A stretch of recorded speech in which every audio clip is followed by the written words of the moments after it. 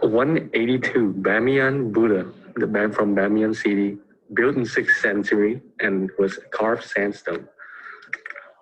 Form. It was carved in high relief into a sandstone cliff face. The two Buddhas are 175 feet and 120 feet, and they were influenced by the art and cultures of India, Central Asia, and ancient Greece, specifically the Hellenistic fabric of ancient Greece. And originally they were adorned with metal, paint, and gems, but that has since been stripped off.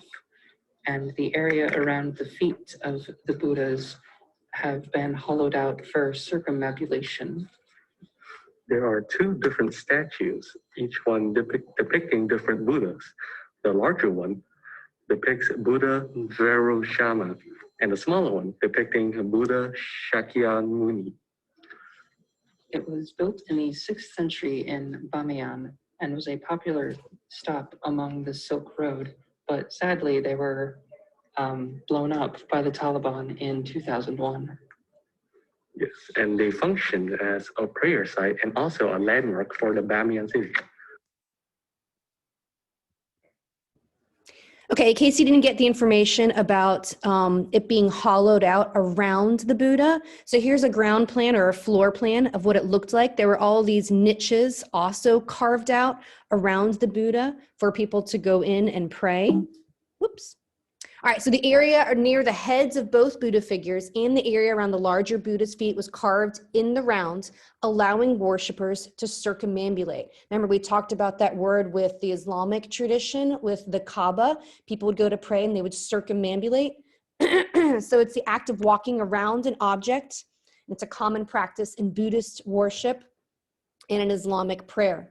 You got to keep them circumambulating, okay? The ambulatories were carved around the feet to accommodate circumambulation. And ambulatories we've talked about with the San Vitale Church. It's basically just an aisle, a place for walking that goes in the round. All right, what else do we got in here? So there's a picture showing just the sides, 175 feet tall, and they're empty niches now. There's the two of them. So this is an act of iconoclasm that the Taliban did when they destroyed it. The action or attacking of beliefs of, and they did it because they were figures portraying a god, and we're not supposed to, you know, according to the Quran, you're not supposed to depict people as, you know, false idols, basically, that idea. The rejection or destruction of religious images as heretical, the doctrine of iconoclasts. So there's a before and an after. What people do now in Bamiyan, this usually happens every year around March. It just happened recently, is they do a 3D projection of what it would have looked like there, and then they still go and celebrate the Bamiyan Buddha. All right, last thing it's important to get about the Bamiyan Buddhas is what they were talking about with this being along the Silk Road. There was a lot of influence from other cultures, other people that are traveling along this route.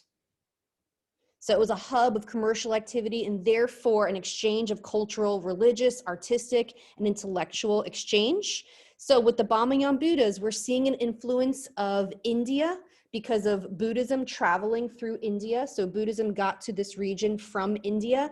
And we're seeing an influence of Greek art with the Hellenistic traditions and how the drapery is being portrayed. The wet drapery in the Hellenistic or in the classical Greek art works that we've studied. And then you're seeing that depiction in the fabric, in the robes, and the fluting of the robes, the Bamiyan Buddha.